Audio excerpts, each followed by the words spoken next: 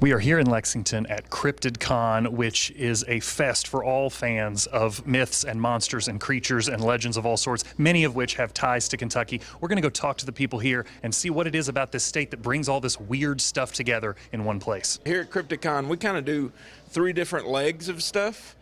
Sometimes you got fans come in, they like to see people on TV or whatever, and then of course you got researchers, they like to network, and then people just want to come learn, you know, from some of the folks from across the country they maybe don't get a chance to see every day. What for you is the draw of this culture of looking for Bigfoot, these legends, and getting into this sort of cryptid thing?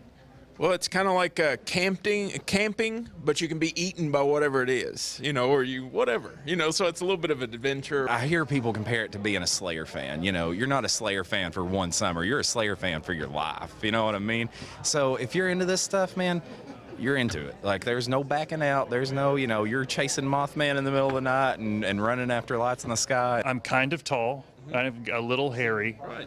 Is there any risk of an overzealous Cryptid Con goer throwing a burlap sack over me and trying to drag me out of here?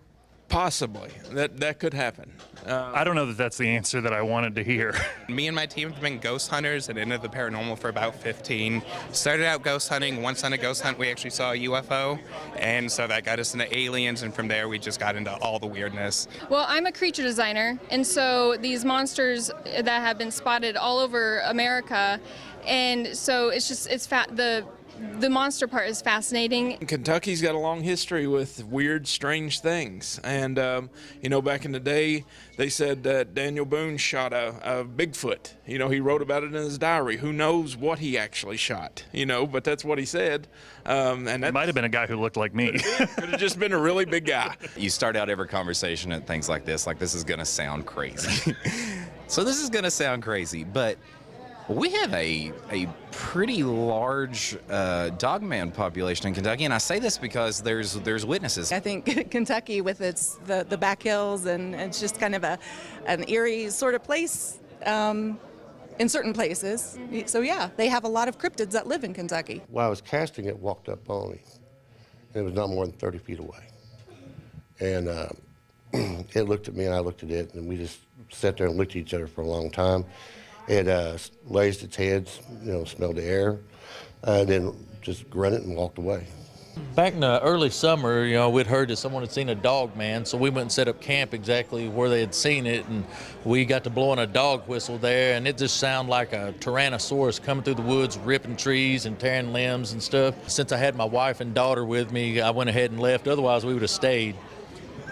So we were being chased by something that sounded like a Tyrannosaurus, but things being what they were, we decided to go instead of stay. If conditions had been different, you'd have just grabbed a torch and faced this thing down. There is absolutely no question about it. For a lot of people, these things are the final, this is it. This is what we have left to discover.